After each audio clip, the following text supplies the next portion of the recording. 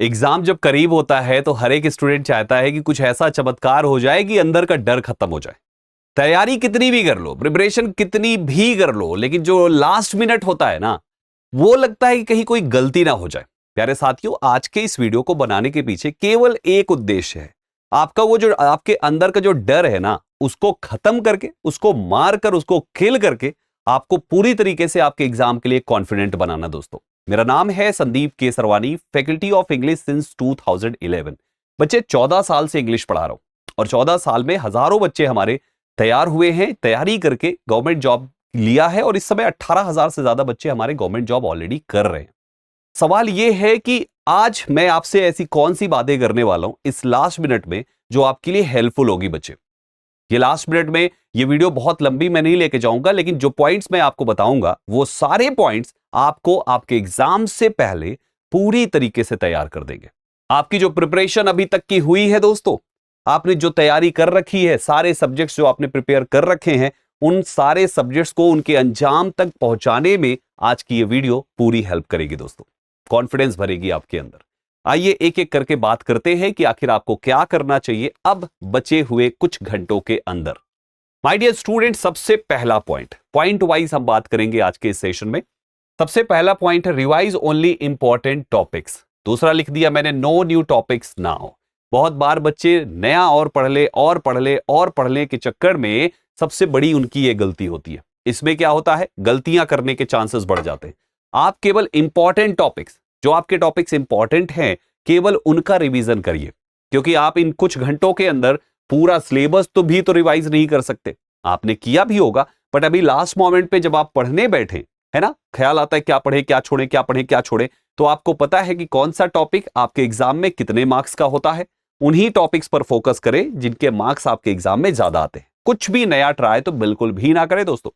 Go through short notes, important formulas, vocabulary list and grammar के rules. ठीक है, जो पॉइंट्स आपके लिए इंपॉर्टेंट है कि इस पर सवाल बन सकते हैं, केवल उन्हीं पर आपको फोकस करना है।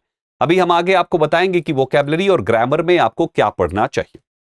Don't study anything new at this stage, it may confuse you. नयापन करने से कॉन्फिडेंस भी नहीं आएगा और हड़बड़ाहट के चक्कर में जो आप पढ़े होंगे, जब आपके अंदर खौफ बैठ गया ना, तो आप उसमें भी अच्छा परफॉर्म नहीं कर पाएंगे। तो मेरे प्यारे बच्चों, कुछ भी नया ना ट्राई करें, जो आपने पढ़ा है केवल उसी का रिवीजन करें, उसमें भी केवल इंपॉर्टेंट टॉपिक्स, क्योंकि बचे हुए घंटों में वही पॉसिबल है। सेकेंड नंबर पे है सॉल्व। क्या सॉल्व कर रहा है? One full mock test only for revision. आपके पास जो बचे हुए कुछ घंटे हैं, आप वन मॉक टेस्ट आप लगाएं, पीवाईक्यू के कुछ क्वेश्चंस लगाएं, ताकि आपके अंदर कॉन्फिडेंस आ सके। और एक और जो सबसे अहम है, जैसे मैंने यहां पे 1 लिखा है, अगर आपके पास थोड़ा सा आप और एक्स्ट्रा कर सकते हैं, आप 2 कर सकते हैं, 3 कर सकते हैं, बेशक आप करिए। आप 2 से 3 चलिए अगर आप लगाते हैं, तो मेरा यह मानना है कि स्टूडेंट को इस समय की मॉक टेस्ट लगाने के पीछे नॉलेज गेन करना पर्पस नहीं, बल्कि स्ट्रेटजी सेट करना होना चाहिए। कैसी स्ट्रेटजी? आप मॉक टेस्ट लगा के आप ये देखिए कि कौन से टॉपिक आप अच्छा कर रहे हैं और कौन से टॉपिक पे आप काफी पुअर परफॉर्म कर रहे हैं। जैसे कुछ ऐसे स्टूडेंट्स होंगे जिनका हो सकता है पैराजंबल अच्छा ना हो, तो जब एग्जाम में पैराजंबल अगर पहले आ जाए और थोड़ा सा एक स्टैंडर्ड लगे कि हाँ ये टाइम टेकन हो सकता है, तो आप इन 2-3 पेपर सेट लगाने के बाद आपको पता चल जाएगा कि हाँ इस टॉपिक को मुझे लास्ट में करना है, भले ये पहले आ जाए, आते ही स्किप कर देना है तुरंत और लास्ट में करेंगे, टाइम बचेगा तो। क्योंकि बच्चे लिमिटेड टाइम के अंदर सारे क्वेश्चंस को देखना जरूरी है, किसी भी क्वेश्चन में फंसना नहीं है। क्योंकि बहुत बार आपको लगता है कर लेंगे, कर लेते हैं और उसके चक्कर में कुछ मिनट्स निकल जाते हैं और उतने ही मिनट में आप जो एक अगर अच्छा परफॉर्म भी कर लिया तो बहुत अच्छा नहीं होगा। सपोज 2 मिनट आपने निकाल दिए एक को करने में और 2 मिनट में आप आगे के क्वेश्चंस 4 कर लेते, 5 क्वेश्चंस कर लेते, तो जो उलझाने वाले आपको लगे इसमें, उसको आप माइंड में सेट कीजिए, इसे मुझे लास्ट में परफॉर्म करना है। Give 1 mock test in exam like condition. जैसा आपका एग्जाम फॉर्मेट है वैसे लीजिए। Don't worry about the score, just identify silly mistakes and revise those areas and nothing else. बहुत ज्यादा परेशान नहीं होना है, आपने जो पढ़ा है आज तक उसी से आप अच्छा परफॉर्म कर जाएंगे। जो आप आज पढ़ेंगे उससे नहीं। ये लास्ट मोमेंट की स्ट्रेटजी आपको स्ट्रेटजी बनाने और आप में कॉन्फिडेंस भरने के लिए होती है दोस्तों। तो आप उस पर ज्यादा काम कर रहे हैं अपने इन लास्ट मोमेंट पे। तीसरे पे आता है focus on accuracy over attempts. गलती से भी गलती या तुक्केबाजी में आप ना फंसे दोस्तों। नो नेगेटिव मार्किंग, यानी कि जब नेगेटिव मार्किंग आपको पता है कि आपके सामने जब नेगेटिव मार्किंग वाला पार्ट आता है तो कितने नेगेटिव हो जाएंगे तुक्के में कुछ कह नहीं सकते, तो इसलिए no negative marking doesn't means you guess randomly, तो आप इसलिए रैंडमली ना गेस करें। मेक एजुकेटेड गेसेस, जो आपको आते हैं केवल वही आपको करने हैं, है ना। एलिमिनेशन प्रोसेस से एक्यूरेसी आपकी हाई रखनी है, कोशिश करना है जितने क्वेश्चंस आते हैं उतने ही आंसर आपको करके आने हैं, है ना। तुक्केबाजी बिल्कुल भी ना करें। जिन एग्जाम्स में नेगेटिव मार्किंग ना हो उन एग्जाम्स में आप तुक्के लगाएं, सारे करके आए, कोई दिक्कत नहीं। बट आप जिस एग्जाम में अपीयर होने जा रहे बच्चे, इसमें तो नेगेटिव मार्किंग, तो इसलिए आप तुक्केबाजी तो बिल्कुल भी नहीं कर सकते, इसका ध्यान रखिएगा। रिवाइज करिए इंपॉर्टेंट इंग्लिश के टॉपिक्स, जैसे कि सिनोनिम्स और एंटोनिम्स आपके एग्जाम में आएंगे ही, तो जो आपने पढ़ा है एक बार जरूर ज्यादा से ज्यादा वोकैबुलरी को रिवाइज कर डालें दोस्तों। ये बहुत जरूरी है क्योंकि लास्ट मिनट पे पढ़ी गई वोकैबुलरी ऑप्शन देकर आंसर करने में आसानी होती है। ट्रस्ट मी बच्चे, अगर आप जो एग्जाम में पूछा जा रहा है, अगर आपने ये लास्ट मिनट में उन वोकैबुलरीज से आप एक बार गुजर गए तो आप वहां पे ऑप्शन देखकर पक्का लगा लेंगे, इतना मान के चलिए। हमें याद रहती हैं चीजें, इसलिए बच्चे सिनोनिम एंटोनिम इनको जरूर ध्यान दें। स्पेलिंग एरर्स पर थोड़ा सा फोकस करें। कॉमन वन वर्ड सब्स्टिट्यूशंस जो फ्रीक्वेंटली पूछे गए हैं उनको तैयार रखें। इंपॉर्टेंट इडियम्स एंड फ्रेजेस पर काम कर जाएं। टेंसेस, प्रीपोजिशंस और आर्टिकल्स जो ज्यादातर पूछे जाने वाले टॉपिक इंग्लिश ग्रामर के, इसको तो जरूर रिवाइज करके जाएं, ये बहुत जरूरी है दोस्तों। 10 से 15 स्पॉटिंग एरर्स और क्लोज टेस्ट के क्वेश्चंस को तो कर ही लें, क्योंकि ये दोनों पूछने ही पूछने हैं। क्लोज टेस्ट तो आना ही आना है दोस्तों, और साथ ही साथ आपके स्पॉटिंग एरर का क्वेश्चन जो स्पॉटिंग एरर या सेंटेंस इंप्रूवमेंट के रूप में पूछ सकता है, ये तो आना ही आना है। तो इसको 10 से 15 मैंने सबसे लोवेस्ट रखा है, आप इस संख्या को बढ़ाइएगा जरूर। मतलब जो ये 10 से 15 है, इसको अगर हो सकेगा तो 30 से 40 तक आप लेके जा सकते हैं। बस ध्यान रखिएगा, नएपन के चक्कर में मत भागिएगा, जो आते हैं बस उन्हीं का रिवीजन करिएगा। मिसलेनियस पे, पीवाईक्यूज पे, जीके जीएस क्विक रिवीजन जरूर करके जाइए, आपको पता है इस पार्ट पे। रिवाइज करिए static GK, important dates, books, authors, states and capitals, constitutions, articles and जो साइंस फैक्ट्स होते हैं जिन पर एग्जाम में क्वेश्चन ज्यादातर बनते हैं, वो पॉइंट्स आपके हैं। और भी पॉइंट्स हैं, ऐसे नहीं है, आप वहां पर जीके जीएस का एक क्विक रिवीजन जरूर करके जाइएगा, लास्ट मोमेंट पे आपके काम आएंगे दोस्तों। Focus on what is most expected, not everything. सब के पढ़ने के पीछे मत भागिएगा जो आपको लगे कि ये एक्सपेक्टेड है। देखिए, पढ़ने वाला स्टूडेंट जो पढ़ चुका है, जिसने मेहनत करी है, उसको पता है, वो पूरा पीवाईक्यू एनालिसिस करके बैठा है और उसे पता है कि क्या इंपॉर्टेंट है और क्या उसको लास्ट मोमेंट पे देखना चाहिए, तो उसी पर फोकस करें। Don't skip sleep. बहुत सारे बच्चे इस पर ध्यान नहीं देते, रात भर लगे पड़े, अगले दिन सुबह एग्जाम देने जाना है, लगे पड़े हैं सुबह के 4 बजे, 6 बजे घर से निकलना है। ऐसी गलती मत करिएगा मेरे बच्चे, अदरवाइज दिमाग एक सॉफ्टवेयर ही तो भाई हैंग कर गया तो फिर तो सब खत्म हो जाएगा ना। तो ऐसा भी कुछ चमत्कार नहीं हो जाएगा कि रात के 4 घंटे 6 घंटे एक्स्ट्रा जाग लिए तो आप कुछ कर जाएंगे। नहीं बच्चे, 1 नंबर कम सही, लेकिन बाकी के जो आपके, मैं कहता हूं अगर 50 नंबर का कोई पेपर आप करने जा रहे हैं, भैया 2 नंबर कम आए, लेकिन हमारा 48 नंबर पर रिस्क नहीं होना चाहिए। पता चले आपने उस 2 नंबर बढ़ाने के चक्कर में 48 को खतरे में डाल दिया। ऐसी गलती नहीं करना है मेरे बच्चे। प्रॉपर स्लीप लेना है, 7 से 8 घंटे लास्ट मोमेंट पे तो लेना ही लेना है। 7 से 8 घंटे तो लेना ही लेना है बच्चे, ये ध्यान रखिएगा, 7 से 8 घंटे तो लेना ही लेना है। Proper rest is essential for clear thinking and focus, जरूरी है, नहीं तो भैया सर दर्द करेगा, काम नहीं हो पाएगा।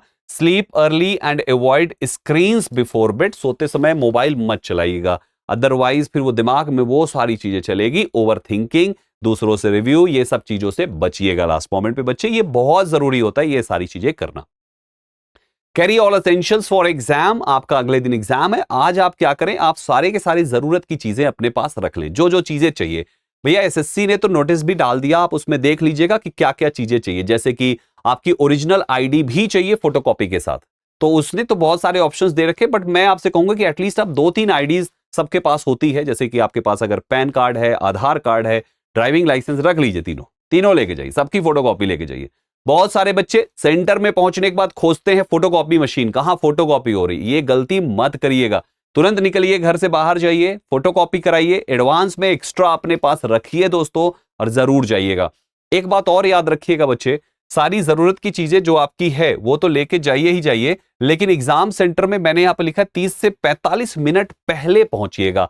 अभी आजकल बच्चे बारिश का मौसम है, मुझे आज भी याद है मैं पिछले साल एग्जाम सेंटर में था एग्जाम रिव्यू के लिए, और एग्जाम सेंटर पे मैंने देखा उस दिन बारिश हो रही थी, अचानक से पता नहीं कैसे मौसम बना, बारिश हो रही थी और बच्चे हॉल गेट बंद हो गया उसके बाद आ रहे हैं। जब बच्चों से पूछा भैया इतना देर क्यों किए, बोले सर हम तो ऐसे चले थे कि हम 1 घंटा पहले पहुंच जाएंगे, बट सर बारिश की वजह से वहां ट्रैफिक लगा है, वहां पानी भर गया, कोई ऑटो वाला नहीं आ रहा, ये नहीं हो रहा, वो नहीं हो रहा, मतलब 72 ठो दिक्कतें हो गई। तो ट्रस्ट मी, आप इस 30 से 45 मिनट को 1 घंटा और जोड़ के चलिए, यानी 1.5 से 2 घंटे के बीच में आपको मार्जिन लेके चलना है, यानी 2 घंटे पहले ही पहुंचने की कोशिश करिए। ठीक है, 1.5 से 2 घंटे अगर आपका घर थोड़ी दूरी पर है।